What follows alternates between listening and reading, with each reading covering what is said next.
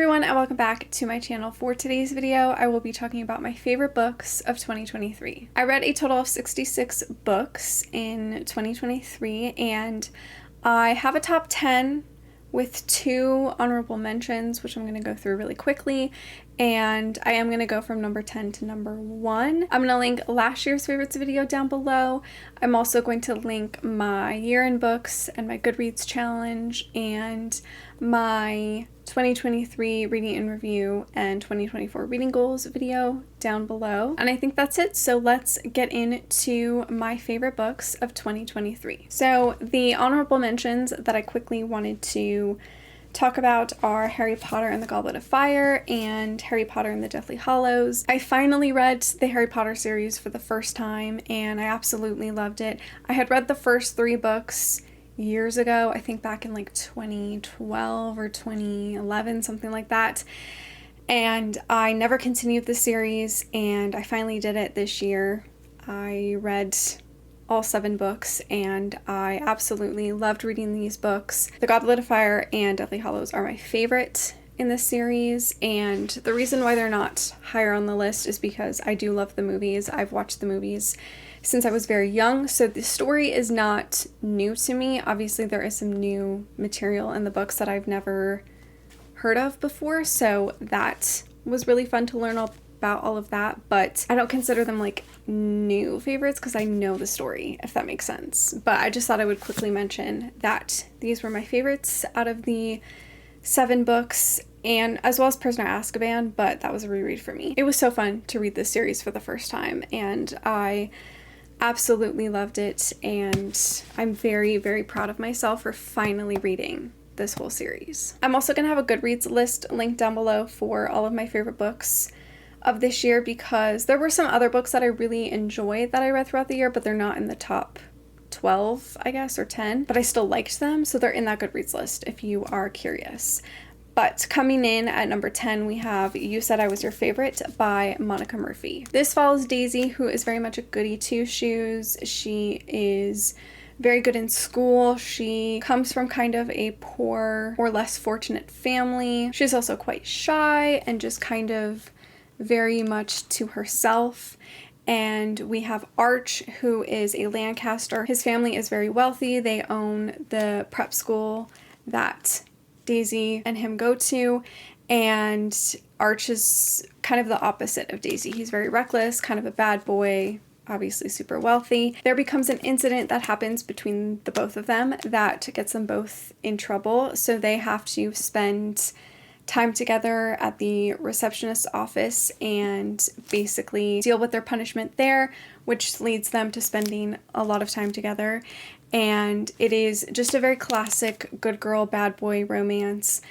It is nothing super special. I just really liked the characters. I really liked the romance. I'm a sucker for kind of like an old money prep school vibes. I also enjoyed how much Arch was very protective of Daisy and he just wanted the best for her. And I think also what I really liked about this is there wasn't very much plot or like drama. It was really just about the 2 characters falling in love and then like her dad being the main conflict or like the main issue in the book. It was just a fun little romance. I really enjoyed it. There's not much to it, honestly, but it was a fun reading experience. Coming in at number 9, we have Longshot by Kennedy Ryan. I read this earlier in the year, so my memory of the book is a little fuzzy, but I do remember really enjoying it and crying a lot and just feeling very emotional. August and Iris meet one night and they kind of have like this instant connection, but it doesn't really go anywhere. And then years later, Iris is married to his rival, I think. I don't know why I want to say teammate, but I'm pretty sure it's rival. And he is in the NBA. So there is this intense, forbidden romance aspect, and Iris is also just dealing with a lot. She has a lot going on, and I felt so incredibly bad for her this entire book, and I am so happy she got her happy ending because she deserved it. I loved how August did not give up on her after all those years. He just knew that she was the one for him, and he waited. He was so supportive of her and her issues and everything she was dealing with. And this book was just so intense and, like I said, so emotional. I definitely cried a lot. Definitely trigger warnings for sexual assault and abusive relationships. It was a heartbreaking story, but also very beautiful and hopeful, and I couldn't help but have it in my favorites list. Coming in at number 8, we have Capturing the Devil by Kerri Maniscalco. This is the 4th and final book in the Stalking Jack the Ripper series. This is my only YA book in my favorites list, which is kind of sad. I do wish I would have read a little bit more YA, or some better YA, I guess. But this is obviously the final book, so I feel like I can't really explain too much about this. But the first book, Stalking Jack the Ripper, follows Audrey Rose, who's interested in forensic science, and she ends up signing up for her uncle's class, I do believe, where they dissect human bodies from crime scenes and they figure out like what's wrong. And Audrey Rose ends up forming a friendship with Thomas, who is also interested in the same thing, and they kind of embark on this journey of uncovering some murders and figuring out what happened. This whole series was a huge ride, and I'm so glad I finally finished it. I read the first book, I want to say like almost 4 years ago, and I really enjoyed it, and I wanted to continue the series, but it took me so long to finally pick up the rest of the series and finish it, and I finished it this year, and I absolutely loved it. This last book was so romantic and so beautiful, and it was more romance heavy, and it focused more on Audrey Rose and what is going on with her, and also, there wasn't like a huge mystery element in here, but there was still some mystery aspect in here, which I enjoyed. Overall, this series was just really fun, and I highly recommend it. It is a great YA historical mystery fiction series. Coming in at number 7, we have The Demon of the Wood by Willow Quinn. This follows Melina, who is essentially taking care of her uncle and her cousins. She's kind of like their maid / like slave, and she is just hoping to fall in love with someone in the small town and just kind of like escape her life. One night, an unfortunate situation happens where she kind of gets lost in the woods, but she ends up being saved by Cayman, who is very mysterious. He lives in the woods. There's kind of this rumor that he could be a demon of the wood, that he's possibly a bad guy who seduces women and steals the women from the local men, and there's just all these bad rumors about him. But for some reason, Melina feels like she can trust him and she feels very safe with him. This was just a very cute and cozy little fantasy paranormal romance. The story itself was pretty basic. The fantasy element in here wasn't complicated at all. It was very just easy, and I really enjoyed that. I obviously really enjoyed both characters and their romance. They were so sweet and both so shy and kind with each other. They were very gentle. Like I said, it was just a cozy, wholesome little romance, and I really enjoyed it, and I feel like I could reread this in a couple years and still love it. Coming in at number 6, we have Practice Makes Perfect by Sarah Adams. This follows Annie, who lives in a very small town, and she runs a flower shop, and she's kind of known as the local angel. She's very sweet, very kind, but she is feeling very lonely, and she wants to settle down, get married, and have kids. Will is her sister-in-law's bodyguard because she's a singer, and he is back in town to do some work. Annie is kind of struggling to find dates or like have successful dates, so her sister-in-law recommends that Will kind of be like her dating coach, but Annie has always had a crush on Will, so things kind of get complicated. This was a very sweet romance. I loved both characters. I loved how they were total opposites. Will is kind of a player, a little bit of a bad boy. He has tattoos.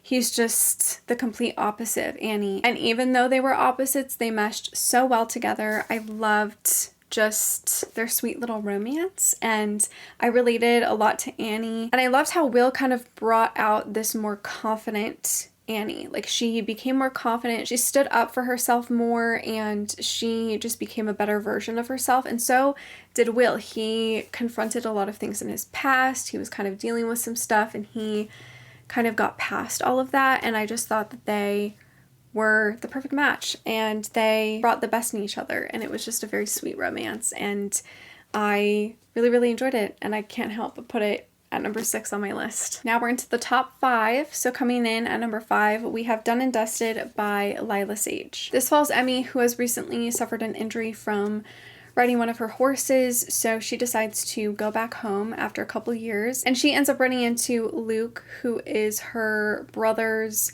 best friend, and she's always had kind of a little bit of a crush on him, but he's always been a player and a bad boy. He's a little bit older than her, so nothing ever happened, but now she's back in town and they are both instantly attracted to each other. This again was another like simple, easy romance. It wasn't anything too dramatic or complicated. I feel like that was the theme for me in 2023, was just reading a lot of simple, easy romances, and I really enjoyed them. I didn't really expect to like this. I kind of just thought it was going to be a 3-star read, but I did give it 4 stars, and obviously it's number 5 on this list. I loved the small town element. I loved the ranch element and the cowboy element. It reminded me a little bit of my childhood, and I really loved the romance. I just love how Emmy and Luke connected instantly, and they just had fun, but they also knew it was something deeper, and I don't know, I just really enjoyed this book, and it was a new favorite. I feel like the top 4 are going to be pretty obvious, but coming in at number 4, we have Reckless by Elsie Silver. This is the 4th book in the Chestnut Springs series, and this follows Theo, who is a bull rider, and he is a little bit of a player, a little bit of a bad boy, and Winter is a doctor. She has recently just left her husband. She's trying to get a divorce and figure out her life. She decides to move to Chestnut Springs to be closer to her sister, and she ends up bumping into Theo her first day there, and he is super into her and she wants nothing to do with him, but of course they have one night together that changes everything. I did not expect to like this book. I didn't really enjoy the first 2 books in the series, and then I skipped the 3rd one because I didn't really care, and I was like, you know what, I'll give it one more try. I know everybody really likes Reckless, and then Hopeless had just come out, so I gave this book a shot, and I loved it. I could not stop reading it. I started it, and I was like, oh my god, I love this. This is so fun. It also has one of my favorite tropes of all time, and I thought it was done really well. I really loved Theo and Winter both as separate characters, and I loved them together, and I loved how Theo just kind of stepped up to the plate. He was a very easygoing guy, but he worked hard when he needed to and when he needed to prove himself, and I love how Winter just became more vulnerable with the people that she loved, and she really tried to work on her relationships and forming friends and just kind of building herself up after a really awful relationship, and I just really loved both characters and the romance. So if you're not sure about reading the series, I definitely recommend reading Reckless and Hopeless, the last book, which coming in at number 3 is Hopeless by Elsie Silver. This is the 5th and final book in the Chestnut Springs series. This follows Bo, who is basically the town's golden boy. He is a military hero, and he has just recently gotten back home, so he's kind of struggling to figure out what he wants to do now, and he ends up wandering to the local bar where he meets Bailey, who is the bartender, and she is part of a kind of rough and hated family of the town, and she is struggling to figure out her own future because she feels like she can't really do anything because the town just hates her family.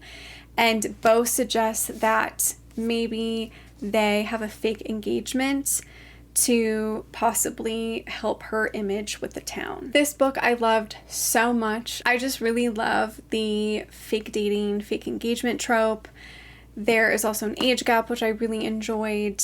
I just liked Bo and Bailey so much as characters, and I loved their romance. They truly became friends before they became anything else. Really enjoyed how they both encouraged each other to pursue their dreams, even if that meant that they couldn't be a part of each other's lives. and I loved how they just shared their souls to each other, and they truly were a team, and I loved that. I just loved them so much, and this book was so good, and I, again, did not expect to love this book. I just thought that maybe I would like Reckless, and that would be the only book in the series that I would like, but this one I liked way more, obviously, because this is at number 3, but I just can't explain how much I loved this book. I don't know. I also loved the small town vibes. There wasn't really any like cowboy element in here, which I think is definitely different from the rest of the series. Overall, it was really good, and obviously my 3rd favorite book of the year. So coming in at number 2, we have Gothicana by Rue Nix. This follows Corvina, who has always had a very sheltered life, and it's always just been her and her mom, but she basically gets accepted to this mysterious school in the mountains, and she decides to attend this college. And like I said, it's very mysterious. It's in the middle of nowhere. There's barely any cell connection. It is a very creepy, mysterious castle, and Corvina ends up being infatuated with one of the professors, Vad, who is very mysterious, and he has a lot of secrets, and it's just a very atmospheric, creepy, romantic, gothic read. I loved this book so much. It was also a very unexpected read for me. I took my time with it. It took me a long time to read this. I just wasn't fully in the mood to read it, and I also wasn't really in the mood to read, but I think once I got like to a certain point, I just couldn't stop reading, and I was like, I need to know what happens. There's also this mystery element surrounding the school where every prom night there is a girl that goes missing. I feel like this book is definitely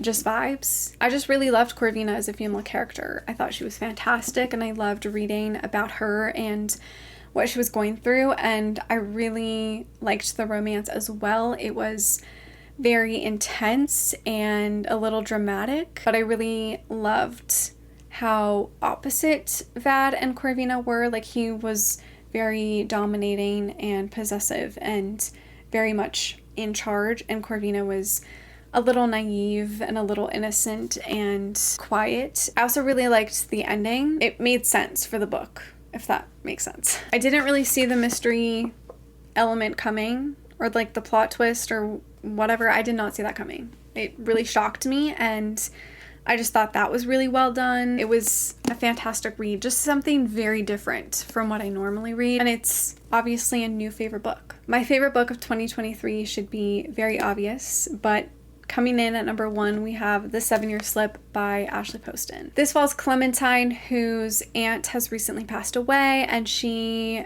inherits her aunt's apartment. But when she moves into her aunt's apartment, she discovers it's very magical because there is a man that is also living there at the same time, but he is 7 years in the past, and Clementine is currently 7 years in the future. I loved this book so much. Obviously, I annotated it so much. I don't think I could put this into words, just how much I loved this book. I was sobbing after like the first page. Ashley Poston has such a beautiful way of writing grief and how to deal with grief and all of the many forms of grief, and I love the way that she writes family relationships and romantic relationships. I just loved Clementine and Iwan together.